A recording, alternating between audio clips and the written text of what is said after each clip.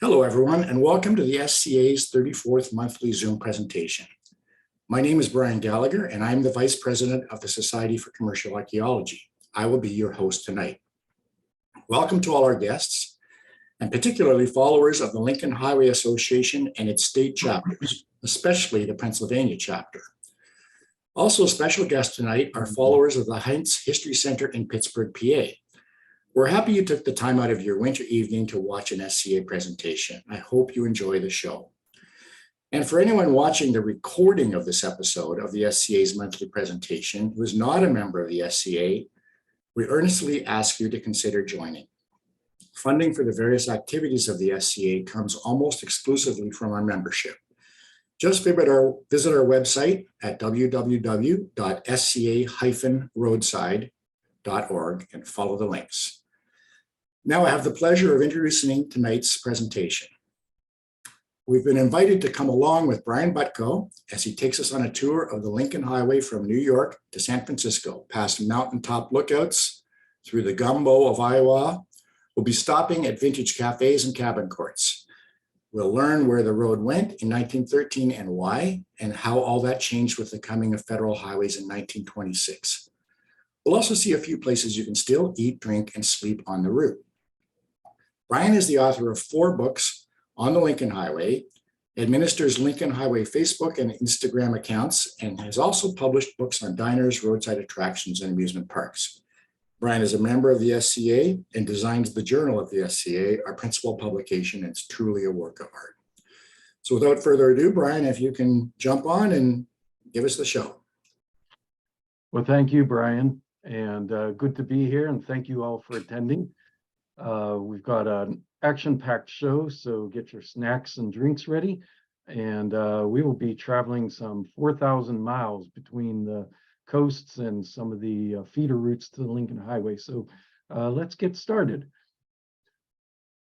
This map here gives us a quick overview of the Lincoln Highway, starting symbolically in Times Square in New York City and traveling through Middle America, over to from the Atlantic to the Pacific Ocean.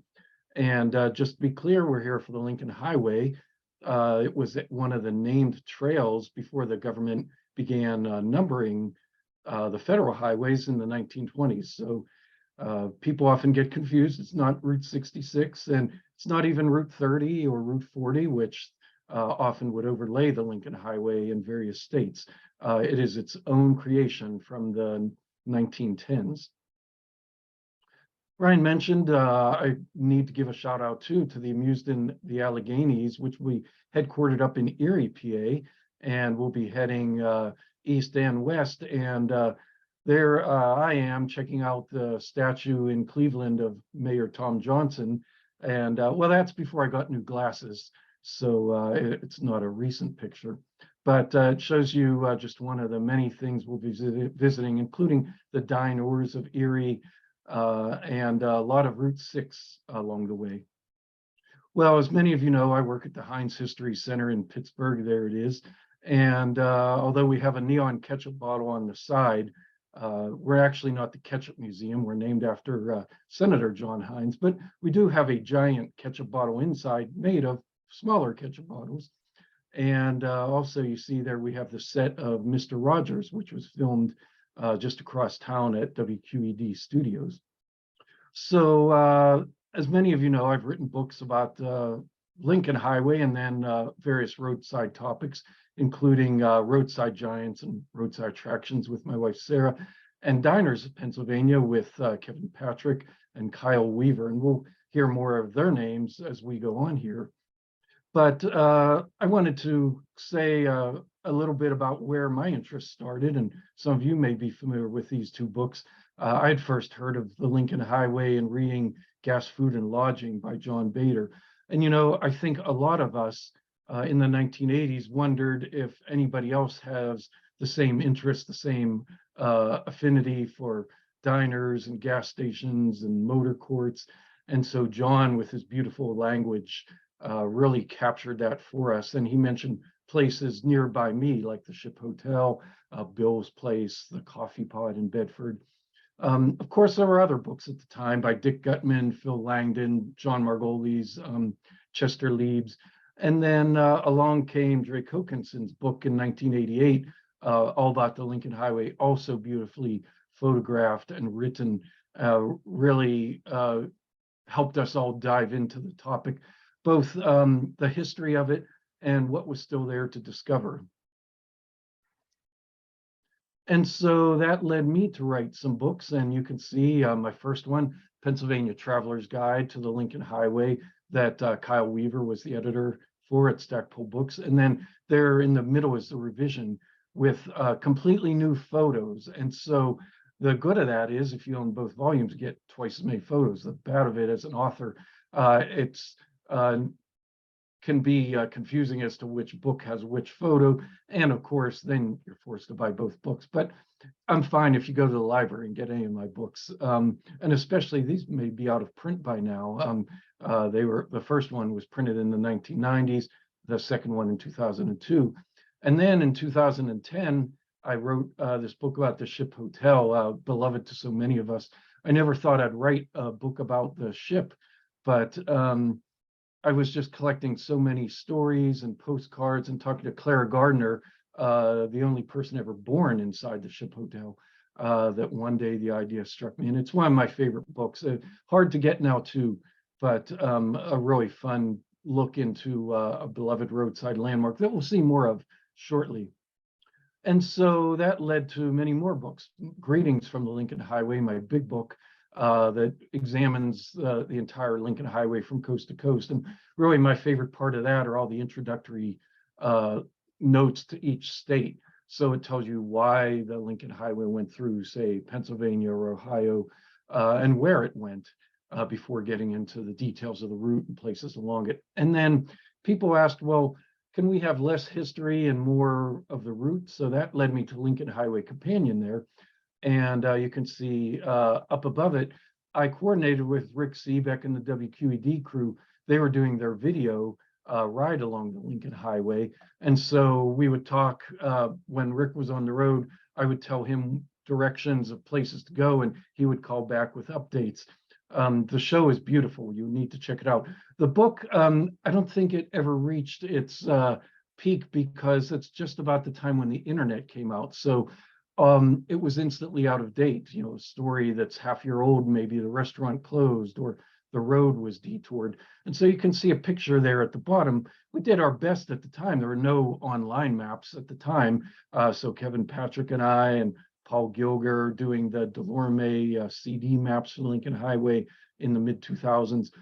We put together these maps and these stories, but by then the internet had passed us by. And luckily, there are so many resources available now. That book was from 2009.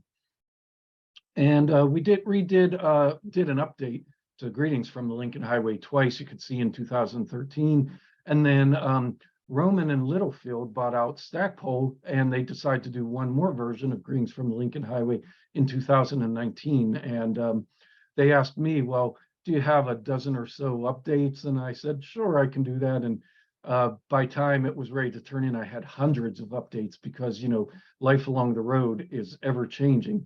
They accepted most of them, even accepted some better photos. So I'm really proud of that third edition. Still available for sale in bookstores or your local library. We also did in 2013 this centennial book for the Lincoln Highway Association, Photos Through Time. And wanted to mention there, it's still available from the Lincoln Highway Trading Post, lhtp.com. You can buy it there. And it was many of you contributing your photos, your artifacts. And so it is a journey along the Lincoln Highway through different topics using different photos. Many of them we'll see today. So the Lincoln Highway officially born in 2013, but of course, there were many people traveling before that, even, of course, many roads before that. And so this picture here is of 22-year-old Alice Ramsey, who in 1909 became the first woman to drive across the United States.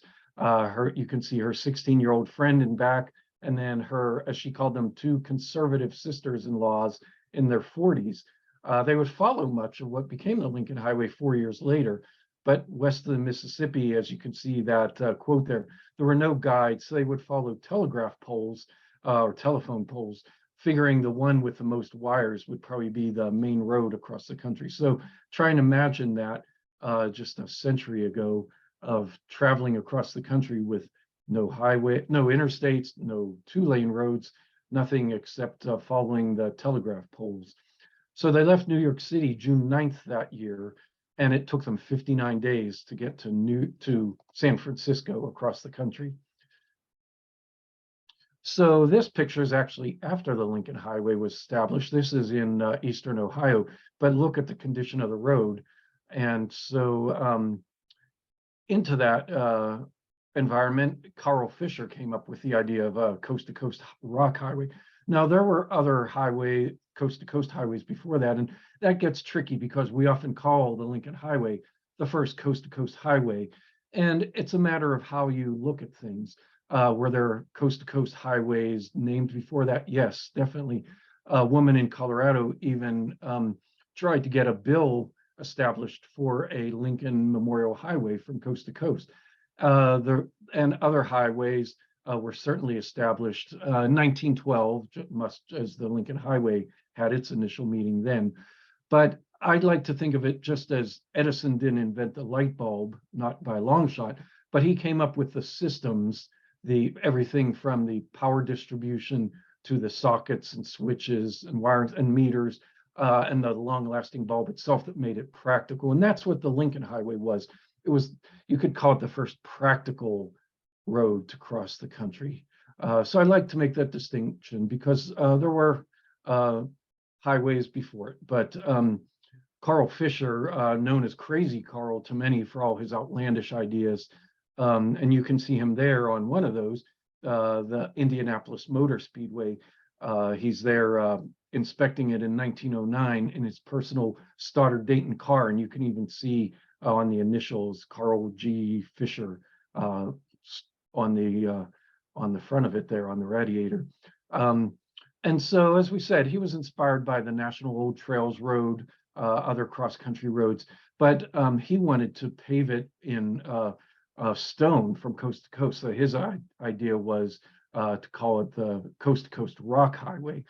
And that was his idea, to gather the funding to make sure there would be improvements and marking, and most of all, for Carl, promotion. And in fact, he convinced just about everyone from Henry Joy, the president of Packard, Frank Seiberling, the president of Goodyear, just about everyone except Henry Ford, who thought if people wanted roads, they should build them themselves. He had made his fortune by purchasing the idea of, where did we go? He called it the Prestolite Company, both play on words, presto and press to light. The way headline lamps were at the time, you would literally have to light them, and there was dripping fluid. So he came up with the idea of having compressed acetylene fuel that would go on the running boards, and you would press a button and that would light your lights. And then at night, when you drove into a town, the hotel would take off those acetylene tanks, and overnight everyone would they would switch. They would go empty ones back to the factory, full ones would come back, and it would be ready in the morning. And so he sold out just in time because, of course, electric headlights were on the horizon. So Union Carbide bought it, but it bought it more for that system, the tanks and being able to switch them. But now he was flush with money, looking for a new idea, and all his wealthy friends, they'd been to Europe, they'd been around the coast of South America, and so the great American West was the next frontier. So he hooked up with Henry Joy, one of the biggest supporters, who probably came up with the idea for the Lincoln name. He was a big fan of Lincoln, as were many people 50 years after the Civil War. So here's Henry Joy later on driving one of his Packards from the factory. That's how he would test his cars. He was wealthy enough to sit behind the desk, but every year he would take the new model out along with a mechanic, see what the cars needed. And here he is in Iowa, that sticky mud known as gumbo. People would say they made more miles side to side in a day than they did forward. And Henry Joy captioned this photo Something like the mud was thrown higher than the telephone poles that day as they were trying to go forward. And really, the LHA's efforts were built more on promoting good roads, not just that particular road. And that became a tough sell because once the route was announced, of course, everyone wanted to be on the road, but if you could only have one road. So this is letterhead of that coast-to-coast rock highway. It's after July 1st when it was incorporated as the Lincoln Highway Association. And it's no coincidence that they incorporated on July 1st because that, of course, the 50th anniversary of the Battle of Gettysburg, its association with Lincoln. And so they really saw the Lincoln Highway, much as people saw those soldier reunions then, as binding the country together, bringing North and South together. And that's why they wanted a route that pretty much went across the middle of the country. And as you might be able to read down the bottom, it can be done. Let's do it before we are too old to enjoy it. And so that's a pretty good maybe motto for all of us. So here, when you would join the Lincoln Highway Association, if you paid $5, you would get this packet. And I was lucky enough at one time to find one of these packets, and you could see various parts, a certificate and a note from President Wilson, and a little advertisement if you wanted to buy a pennant. Most people bought two. They faced different directions because you would put one on each side of your car and would fly backwards in the wind. Well, the Lincoln Highway certainly caught the public's imagination, and as you can see here, everything from pillows to gas pumps to a board game. And I should say that many of the objects and images, some are owned by myself, like this cigar tin, but many of them, the map from Gregory Hassman, some of you know him, the board game by Lau Henry, and Kevin Kutz, the pillow, and a lot of the postcard images from Russell Ryan, who, as we all know, is one of the great collectors of Lincoln Highway imagery and memorabilia. But these sheet music folders are mine, 3 dedicated to the Lincoln Highway itself. And then these guides, including this original 1913 guide, Mohawk Hobbs guide that would be tell you which way to go on the highway, and then this general map from Gulf. What's funny is when I started exploring the Lincoln Highway in the late 1980s, of course, no internet, no online maps. So these 3 and maps like this one from Iowa were what I would have on my front seat. Of course, now everything on this page would cost more than $1,000 if you went looking on eBay. But at the time, these were our references. So myself and some of the other early explorers, that's how we were trekking down the route. And speaking of that, this would be a good example of how it started and how it's going. How it started, you can see I tracked down these USGS maps, Xeroxed them, and taped them together for the length of Pennsylvania. And then I got out different color markers and would mark the route. So here you can see it crossing from Trenton into Morrisville, Pennsylvania, heading down into Philadelphia. I still have that. And that is what was used in the 2000s then to put together the Lincoln Highway map, which you can see there above us. And if any of you are so interested and you haven't seen it yet, there's the website there, lincolnhighwayassociation.org/map. It zooms in. You can light up points of interest, and it is everything and more you would need. And of course, shout out to many people who worked on it, including Paul Gilger and Jimmy Lynn behind the scenes. So what interests people in the Lincoln Highway? Well, it's photos like this of Pennsylvania that I found at the State Archive. And there's the original Lincoln Highway. And then they tried to soften that tight bend, and there's a culvert there. So they made this smoother route, probably about 1920. But, you know, Route 30 today is over here off screen. And so Kevin Patrick and I talked about it, and this is out by Shawnee State Park in Bedford. So he went looking in the woods, and sure enough, there's that culvert. So we are standing about where that car is, looking at that culvert. And if you go today, those 2 routes are still waiting in the woods to be discovered. And so I think a lot of that finding things, it's like a puzzle, and it's a lot of fun to find. And unlike some other roads like Route 66, it's been so well documented, the Lincoln Highway Association is still rather young. The map is still being updated. So there's a lot of fun to still be had. For myself, I was really interested in all the memoirs. And as you can see, writing about road trips in the 1910s, early 20s was a big thing.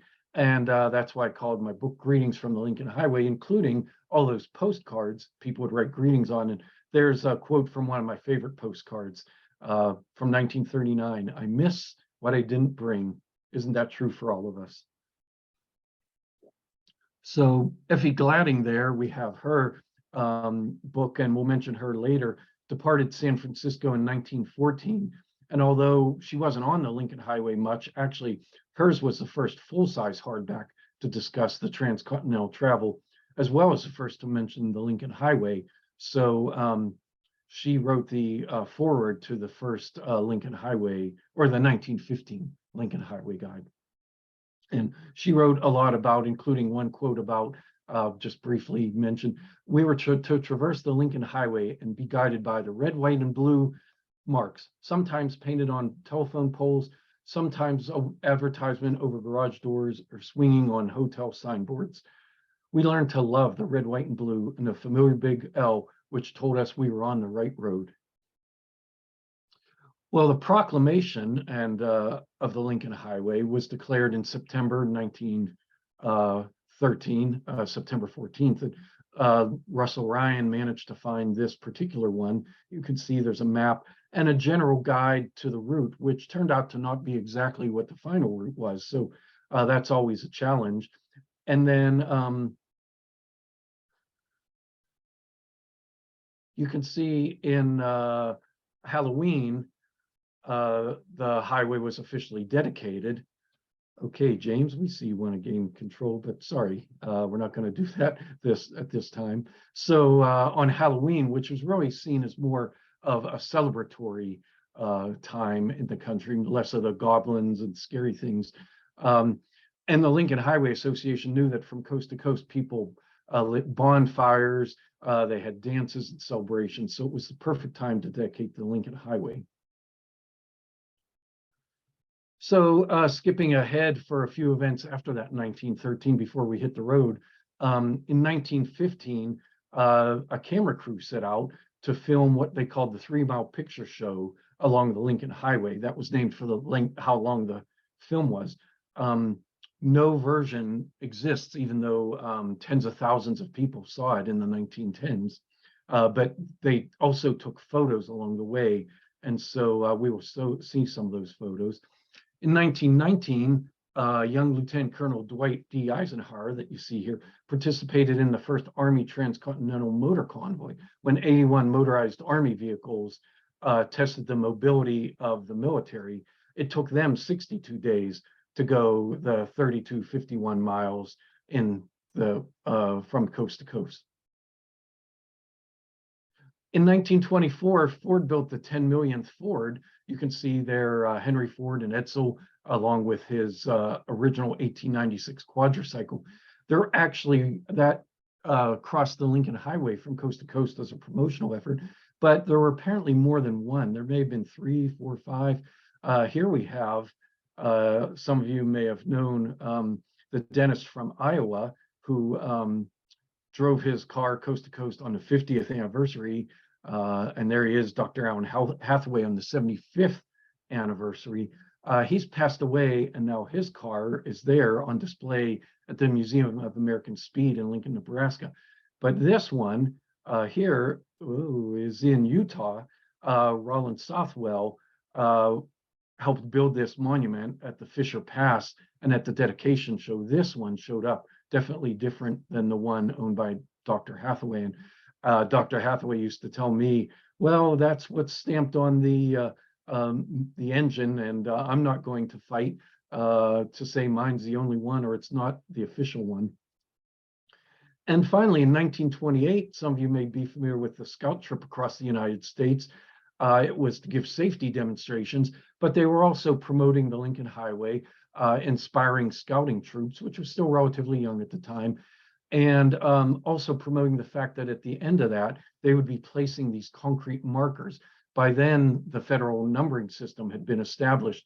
Names like the Lincoln Highway were going to fade into obscurity. So the directors asked if they could mark it one last time with these directional poles which is a fun pursuit too, to still try and see. There's a few dozen original left, and many dozen more reproductions. And you can see the four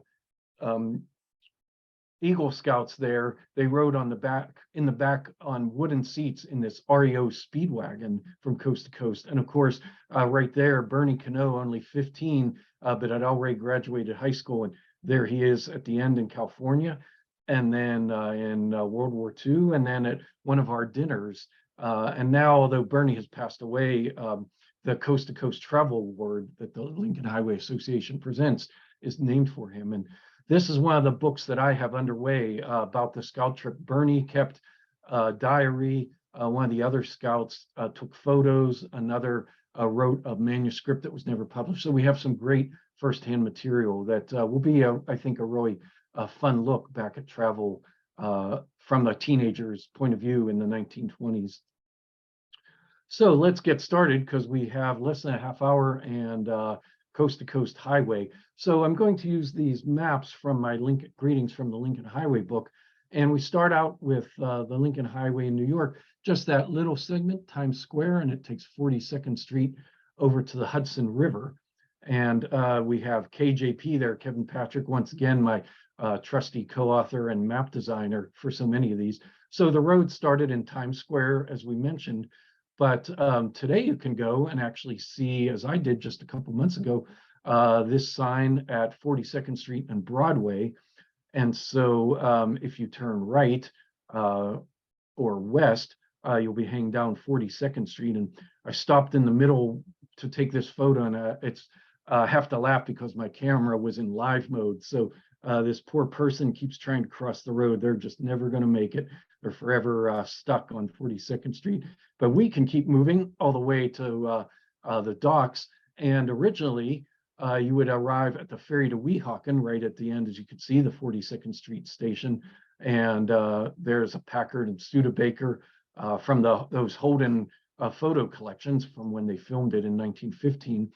And then we have this little token souvenir from Russell Ryan of the ferry and this pass too. Now today you can still take a ferry. Your car can't go on it, but ever since 9/11 they've stopped cars. But it also departs 39th Street. But as you can see, you can take this and it goes right over to Weehawken, $9 a person, and discounts too for kids and seniors. So it's a fun way to get across. Or you can see let's go back, the route later went through the Holland Tunnel. When the Lincoln Tunnel was built, even though it's so close, that was never officially a part of Lincoln Highway. And the Lincoln Highway Association, once the Holland Tunnel opened, they never did tell you exactly how to get down to the Holland Tunnel. By then, they had given up on the symbolism of Times Square. So you would go through the Holland Tunnel. So then we get to New Jersey, and you can see a little harder to read because now we're zoomed out a bit, but crossing over to Hudson and goes down through Newark, New Brunswick, Princeton, Trenton. And then you can see this purple route, that's the Proclamation route down through Camden that was listed. But we count it as the Proclamation route, but we don't do a lot of exploring along it. It's considered sort of an unofficial Lincoln Highway before the route was settled in 1913 or especially 1915.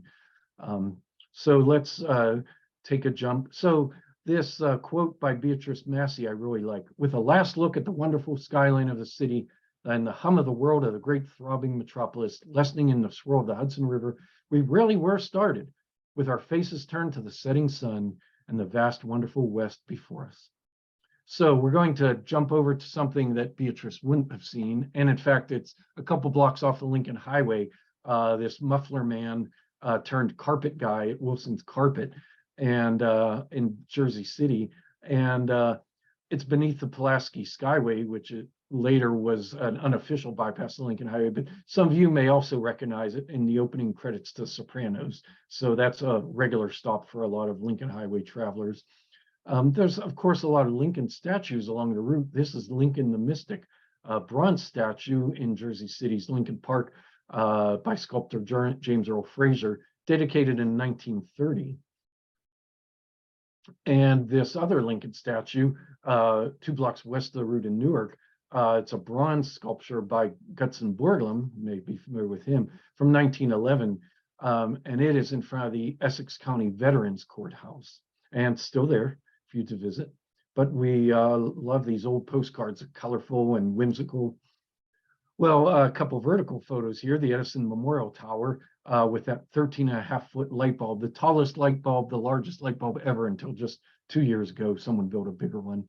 On the site of his Menlo Park Labs, built in 1937. And in New Brunswick, the Gold Star Mothers Monument on this little triangular traffic island, dedicated in 1930 to women of Middlesex County for their support and service during World War I. Backing up a little in distance in time, this looking southbound from Highland Park into New Brunswick route, New Jersey, right as the road was being widened in 1924. Road windings are the best for finding old photos because people would always take pictures of it.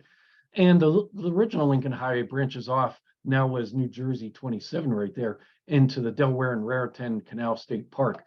This is Old Lincoln Highway there and there. It crosses this 1798 stone arch bridge. I just noticed the Lincoln Highway map shows it going through here, but it doesn't. You'll have to turn around, come back out this way. And then the Lincoln Highway crossed the Delaware 2 places at Trenton, the Calhoun Street Bridge, and then the later Trenton Makes the World Takes Bridge. And you can see this Calhoun Street Bridge from 1884 still carries traffic, although no horses permitted. And it has one of these fabulous cast iron markers made in 1917. There was to be one at each state border. This is the only one still out on the road and watched over by the bridge tender there. So we cross into Pennsylvania, as you can see, crossing the southern part. It didn't go up to Harrisburg because there were so many good turnpikes at the time before the modern day turnpike, these toll roads.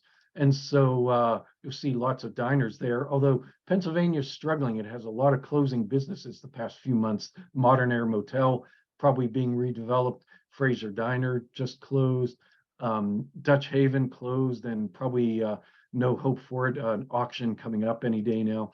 The Haynes Shoe House, built in 1948 as a sales gimmick, closed to the public, but gladly still open now as a sort of B&B rental, which is much like it was at the beginning when Mahlon Haynes there, who put himself in stained glass, opened it. Lincoln Highway Garage, long gone in York, but Turkey Hill built their building with this stepped roof line there and here, and old gas pumps in honor, for better or worse, of the garage that they knocked down. And Mr. Ed's, a favorite stop between Gettysburg and Chambersburg, was founded in 1973, moved here in 1984, and then it burned in 2010. And Mr. Ed himself recently passed away. But as you can see, a lot of fun. There's an elephant museum of all his trinkets that people have sent him, tons of candy, and of course, circus peanuts and fudge and things like that. Bill's Place is one of the typical mountaintop stops. Pennsylvania had so many ridges, people would stop at the top to let the radiator cool down, get a drink for themselves and the radiator, and then go back down the hill. As you can see, this really rare postcard showing the original house there, and then Bill built this stand, and there's him and his wife coming out of that. And then this great overhead view, and you can see one of the 1928 concrete markers from the Lincoln Highway. There's young William Wakefield himself, Bill, who over here built what he called the smallest post office in the United States. Well, there's a postcard from the 1960s, right before it was demolished. Now, Bill also, you can see, had lots of hokey things, a bowling alley and souvenirs, and you would climb these stairs to the Oregon Red Bats. Of course, they were just brick bats, kind of play on words. Nowadays, though, it's all gone. When the turnpike was rerouted in the late 1960s, it chopped off just the part of Bill's that's there, but not the road leading to the 2 sides. So you can see here we are in 1990 for the SCA tour, our host tonight. There I am with Ray Odd and Rebecca Schiffer, and there's the road, and then Bill's Place chopped off by the turnpike there. Bill's would have been right here on this old postcard through what was then the sleepy town of Breezewood. And then even this postcard in 1970, you can see had built up pretty much as the place, the town that never sleeps, as they would call it. Dunkel's Golf, one of the greatest remnants of roadside Americana. They just stopped selling gasoline at the end of last year, but you can see a beautiful, rare Art Deco gasoline station, still in the same family, still open for service to your car. The Coffee Pot, just on the other end of Bedford, here you can see in its original incarnation. And then the Lincoln Highway Heritage Corridor, folks restored it, and it's now at the fairgrounds. The Lincoln Highway Farm on the way. And then this point, Lookout Point, Grandview Point, you may be more familiar with this view, the great Grandview Ship Hotel, the ship in the mountains that we all love, this beautiful slide from 1956. But it started as this little stand, and then Herbert Paulson there with his wife Mitzi built it larger into this castle building, and he always loved the sea, so he named himself Captain Paulson and built the ship hotel. And if you can notice here, the murals around here, he was from the Netherlands, so there's a windmill and seashore and all these other nautical touches. And just a quick note there he is with Erna and Mary Paulson. This is an example of all the photos you see. They don't always start out as bright and colorful. This transparency had faded to red. Well, actually the cyan leaches out. So this isn't at all colorized or faked. The idea that I love procrastinating my real work with is draining out the magenta while keeping it in the areas that need it. So this is one example of the way we try and use modern technology to rescue some of the older imagery. These two posts are still there, and it's amazing. The Jenner Pines Camping Park. It's an example between when people camped anywhere on the side of the road and when people would build a tourist camp and cabins. They would you would go in here and pay a fee, and there would be a little store here and gas station. And those two pillars there are extremely rare to mark a camping park. So we're always glad on our trips out towards Jennerstown to make sure they're there. The Lincoln Highway Heritage Corridor itself opened the fabulous Lincoln Highway Experience Museum. I hope many of you have been there, and built this annex for Sarah's Diner, which I had rescued many years ago for the Heinz History Center. We didn't have room for it, so we donated it to the Heritage Corridor, which did a stunning restoration. And now when you tour the museum, free pie and drinks are part of your experience inside the diner. Rounding out the end of Pennsylvania, this Lincoln statue dedicated in 1916 with pennies from local children. It's had its ups and downs through the years. So it was recently put into the Borough Building, and a new sculpture and there was unveiled. And there you can see it being unveiled, and in 2021 with Annalise Morris, who raised more than $70,000 for the local historical society to purchase that. And so we really need to move here because our time is more than half up and we're barely on our way. Little Chester, West Virginia, thank goodness, is the only stop in West Virginia, and many of you have probably stopped at the Teapot. There it is in its older form as a souvenir stand, and there's the bridge out of town, long gone, but you can still stop at the overlook over the Ohio River. So into Ohio, crossed right across the middle of the state, and you can see the proclamation route there down through Marion. Well, ceramics were the big industry around East Liverpool, Ohio, Chester, West Virginia. That's why there was a Teapot. And so you can see the roads paved in brick. This particular one, they didn't have the money to lay more bricks. So when they wanted to widen the road, they simply pulled the bricks apart and poured sand in the middle. That's why they're spread out there. This beautiful long stretch of Baywood Street, west of Minerva. And Ohio has many of these brick markers too. Another Lincoln highlight, Kishman's Golf Station in Minerva, Ohio. And Schischler's Cheese House, as you can see there, spelled out in German, a beautiful stop. It overlooks the 4-lane, but it's on an old 2-lane part of Lincoln Highway, has one of the concrete markers out front.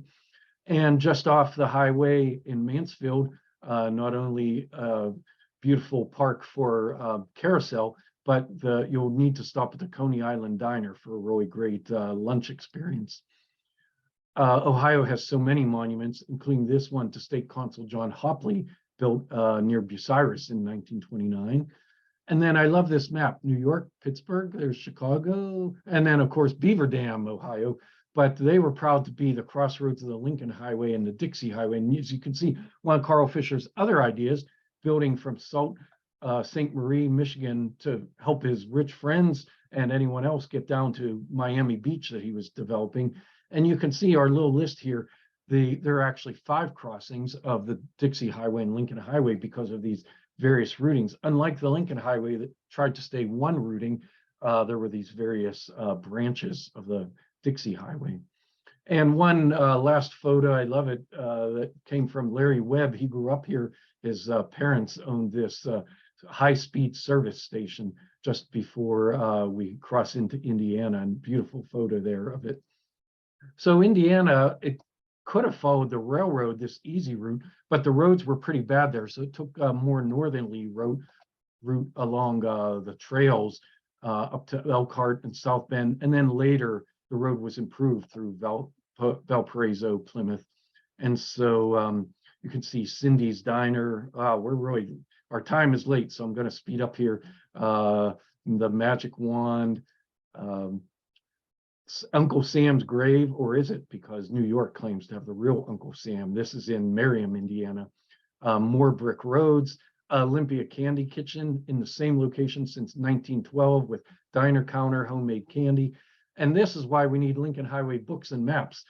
This is one of the intersections west of Plymouth. Near the Illinois border, the Lincoln Highway Association built the ideal section. As you can see, it went from pretty muddy to 4 lanes with lighting and landscaping, and it was really showing the world what could be done with road improvements. And this little area at the end is a memorial to not only the ideal section. This is before it was restored. Bruce Butko in 2016 spearheaded that, and a memorial to Henry Osterman, the field secretary who died on the Lincoln Highway in a crash. Well, now we're into Illinois, so now we're moving along. And as you can see, it went around Chicago. And so the Joliet Area Historical Museum celebrates both the Lincoln Highway and Route 66 right out its door. There's the Ace Drive-In in the same family since 1983. Mooseheart, Indiana had people and members help improve the road in front of it in 1914.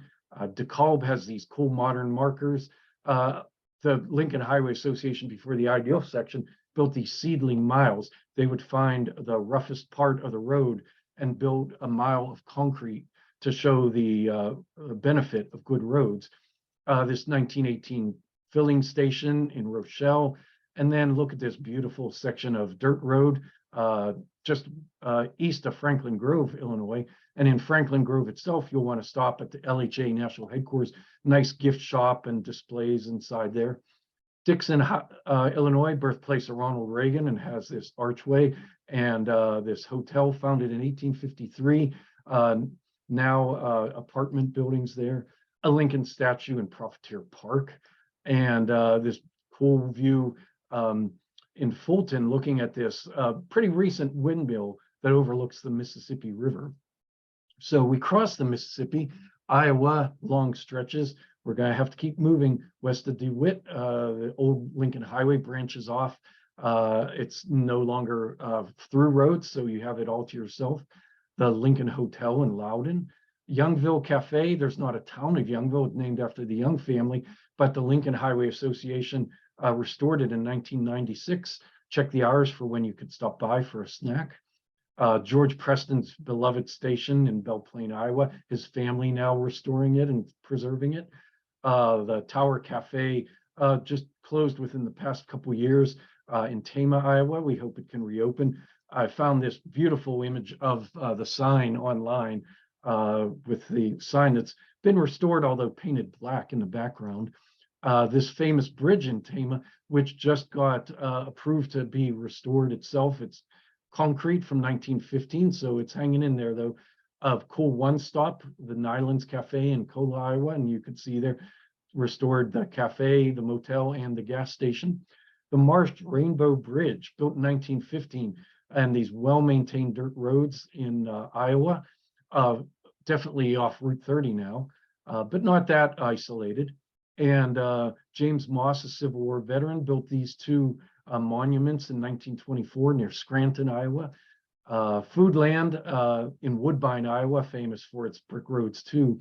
And right at the end of Iowa, Harrison County Historical Village has this kids area. They can learn about the Lincoln Highway and run their energy off behind the main building of exhibits. And so there we are at Missouri Valley. The original Lincoln Highway goes down to Omaha. Later on, Blair got the road to come northerly, and you can see some beautiful highway down through the original route, and this is the original route, and Honey Creek Hill, a little marker. And so Nebraska, following the route of the Platte River. Brian, can I just break in for 1 sec? Sure. You're doing great. We've got a whole bunch of questions. So how about take another 9 minutes till 9 o'clock, and then we'll go into the questions, okay? All right. I'm going to have to speak even faster, so apologies. Okay. All right. Go ahead. You all can ask questions if I skip over something too quickly. Beautiful brick road that's west of Omaha. The Crackle and Son Garage, make sure you slow down in Rogers, Nebraska. You can really, even though Route 30 is next to I-80, you can travel pretty fast. The Higgins National Monument, dedicated to World War II and other soldiers, just outside of Columbus, Nebraska, and there's the bridge right after it. This avenue of trees in Duncan, Nebraska. This beautiful pony truss bridge with a wooden surface at Gardner Station. The cool Kensinger Station from 1937, and behind it, the only bit of a preserved seedling mile. Boy, we really need a 2-hour show here, or multiple shows. All these monuments in Grand Island, just down from the station. The archway crosses I-80, but you can see looks like a covered bridge and dedicated to transportation, including an area dedicated to the Lincoln Highway. Just west of Kearney, the covered wagon, not looking quite that good these days. And one of the original bridges of the Lincoln Highway lost out in the weeds near Overton. You can follow the section line south of the Platte River on what they call the Gothenburg stair step, 50 miles of right-hand turns and left-hand turns until you get back towards North Platte, where you will find the Fort Cody Trading Post run by the Henline family, who have been in the business, as you can see, a long time. And there's Chuck Henline before he moved the Muffler Man over to their side of the road, which you can now find in the back. This old gas station restored in Sutherland, Nebraska, before and after. Dude's Steakhouse and Brandon Iron Bar in Sydney.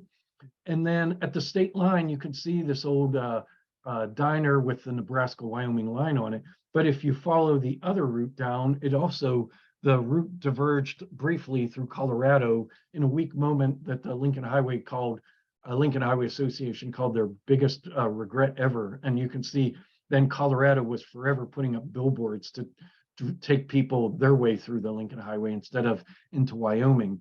So there's the route down into Denver, and just briefly, the old Ford garage in Julesburg, and the Terry Bison Ranch when you're back up near the Wyoming border. So here we are crossing Wyoming, and neon signs in Cheyenne, Wyoming, more neon there. The cool Ames Monument, built along the railroad originally to honor the Ames brothers, although they were convicted of fraud. So the railroad disowned the monument and the route, and the Lincoln Highway Association then took over the route of the abandoned rail bed. This Lincoln bus there, and you can see a photo by the Sherman Summit that these two are at, the bust and the Henry Joy Monument that was dedicated in 1938 and then brought here in 2001. And then this monument was at the highest point about a mile away. And then it was brought here, still the highest point on the Lincoln Highway, Sherman Summit, right there. And oh, let's keep going on. Oh, Randy Wagner, that's what I wanted to mention. He took that photo at the sculptor unveiling it. Rock River with Longhorn Lodge and this cool gas pump there was still working when I was there years ago, perhaps not now. The Virginian Hotel in Medicine Bow.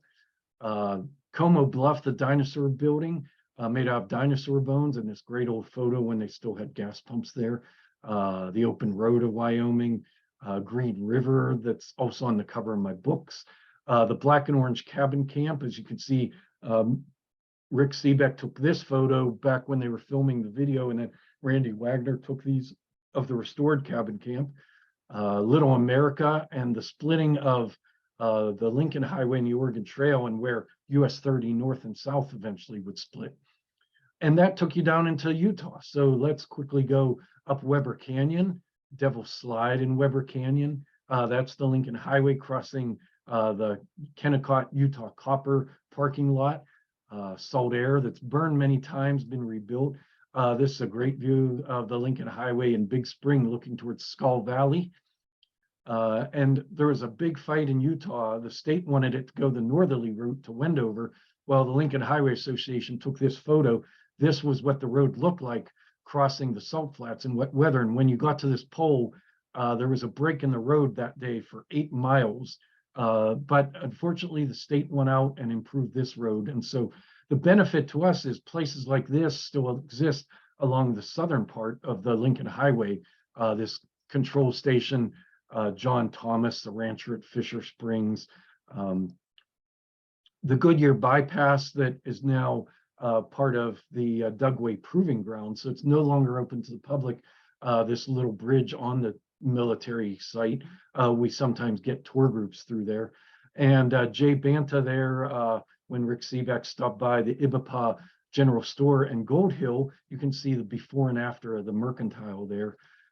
And so now we get into Nevada, what's called US 50 there, called the loneliest road. But first, you can see there's the Wendover route, the older route that we talked about.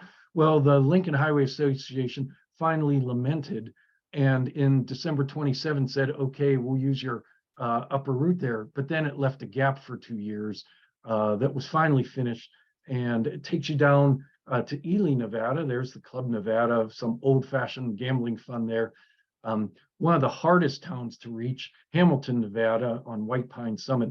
Really bumpy road. You're going to need four-wheel drive to reach it.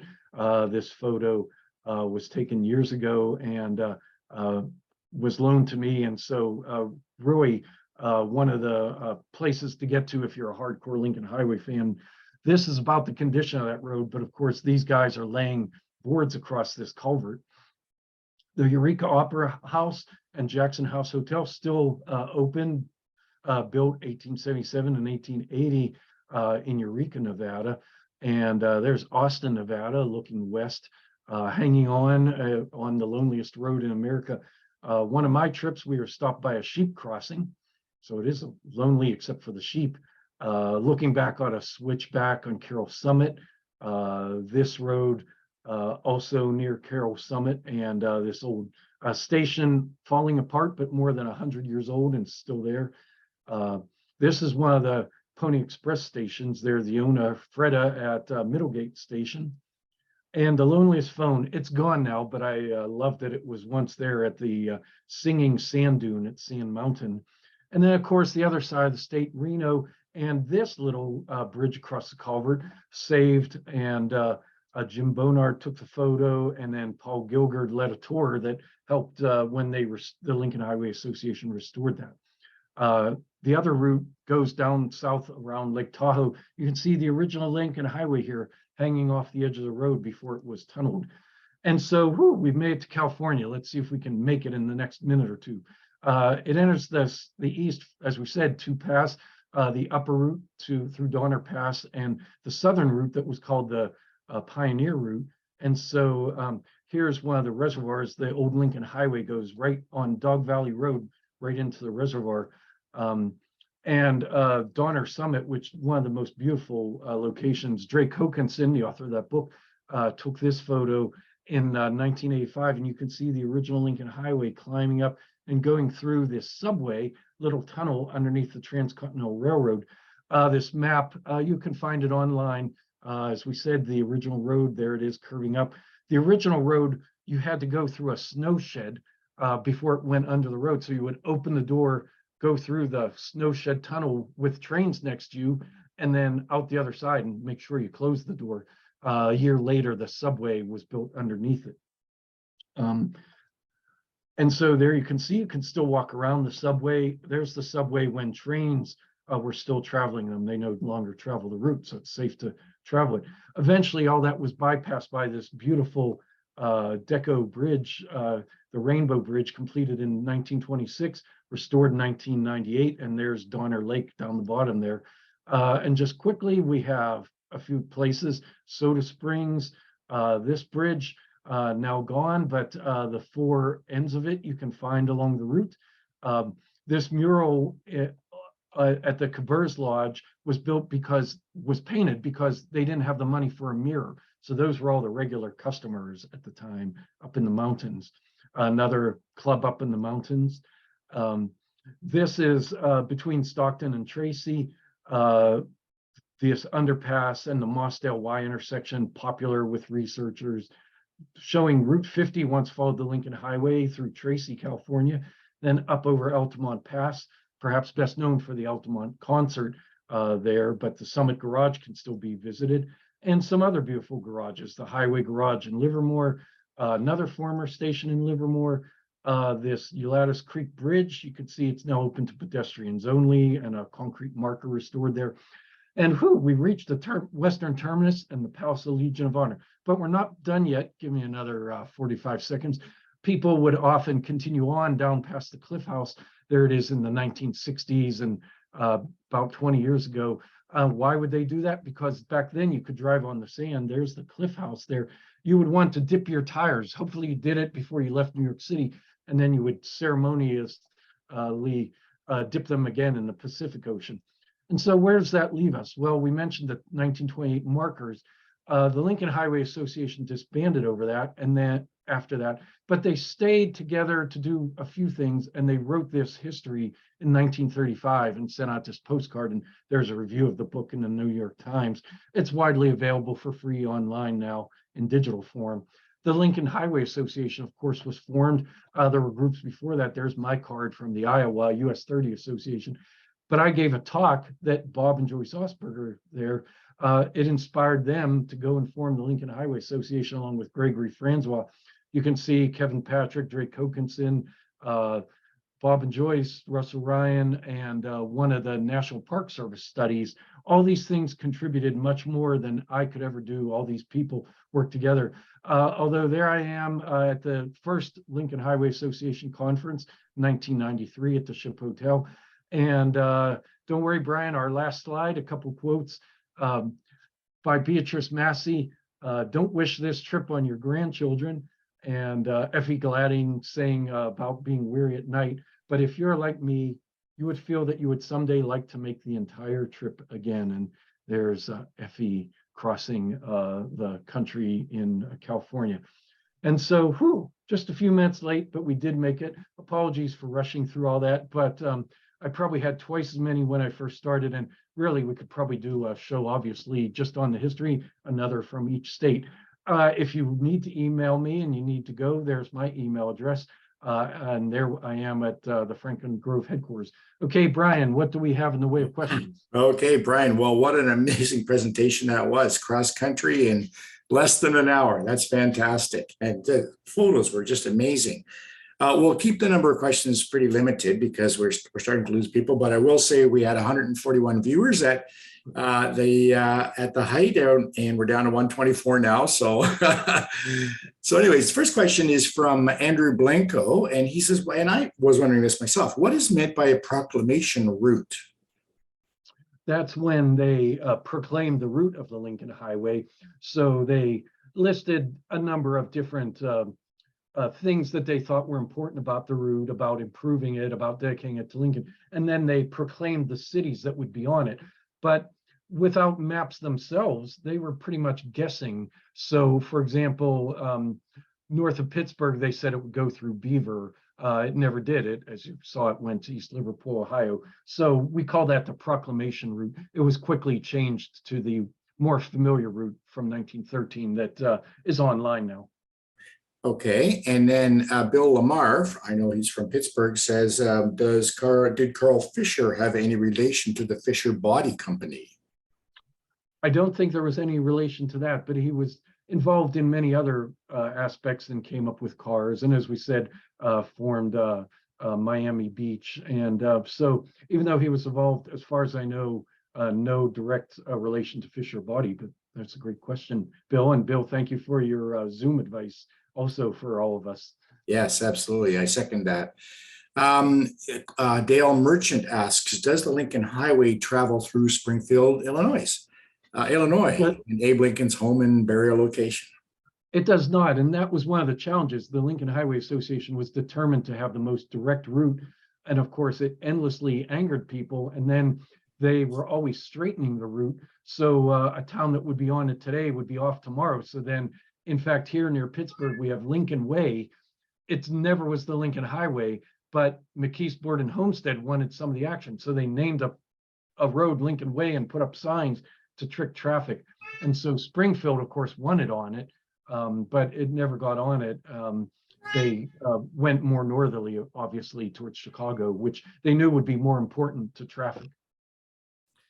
I'm going to ask a question that came in from another source. This is coming from Phil Langdon, SCA member, about the word dinor, D-I-N-O-R, being used in Pennsylvania. And he says, he sent me an article about a wordsmith person who was trying to find out the genesis of that spelling, but he failed to produce a reasonable answer. So I'm wondering, Phil is wondering if you know anything about that, where dinor comes from. Right. Well, we will definitely be visiting dinors on the SCA trip to Erie. And without getting into the detail here, we think it was either an alternate spelling or perhaps maybe a German spelling. But I think after the first one, people thought, well, put dinor and everyone will remember the name of your place. So yeah, there are some really neat dinors up in Erie, PA that we'll be visiting on the SCA trip. And Phil, I'll make sure to email you and discuss it a little more. But thanks for asking, and appreciate also Phil's pioneering books into the roadside genre. I hope you all go out and look up some of his work throughout the years. Okay, Brian, well, I'm going to cut the questions there. I'll be sending you the meeting chat, and there's like dozens of thank yous and comments here saying what a wonderful job and such an enjoyable presentation. So you'll be able to read those. And I certainly second that myself. It's top notch. I'd like to thank you again, and also thank all of our viewers, both from the SCA and from the Lincoln Highway Association and the Heinz History Center. So just before we go, I'd like to remind everybody about next month. It's actually this month, only 2 weeks away, when on Wednesday, March the 15th at 8 Eastern, 7 Central, 5 Pacific, Joel Baker will tell us about the unprecedented resurgence of what we familiarly call mufflermen, their history and his involvement with them. SCA and American Giant members will be receiving the relevant details and registration link by email. Others can register through the website directly. So again, Brian, thank you so much for an excellent presentation with a very high viewership. And thanks to all our viewers for spending some time with us. Those of you who are not members of the SCA can expect an email shortly inviting you to join and enjoy all the benefits of membership if you enjoyed tonight's presentation. And the show will be available on the site probably tomorrow. And you can see it there again, and you can refer it to, you can refer your friends to it as well. So with that, Brian, just do you have any parting words, Brian? No. Okay. Thank you all very much. I really appreciate it. And it was fun for me. I hope it was fun for you too. Take care and safe travels out there on the Lincoln Highway. With those good words, I will bid everyone good night. See you all again in 2 weeks. And thanks again, Brian.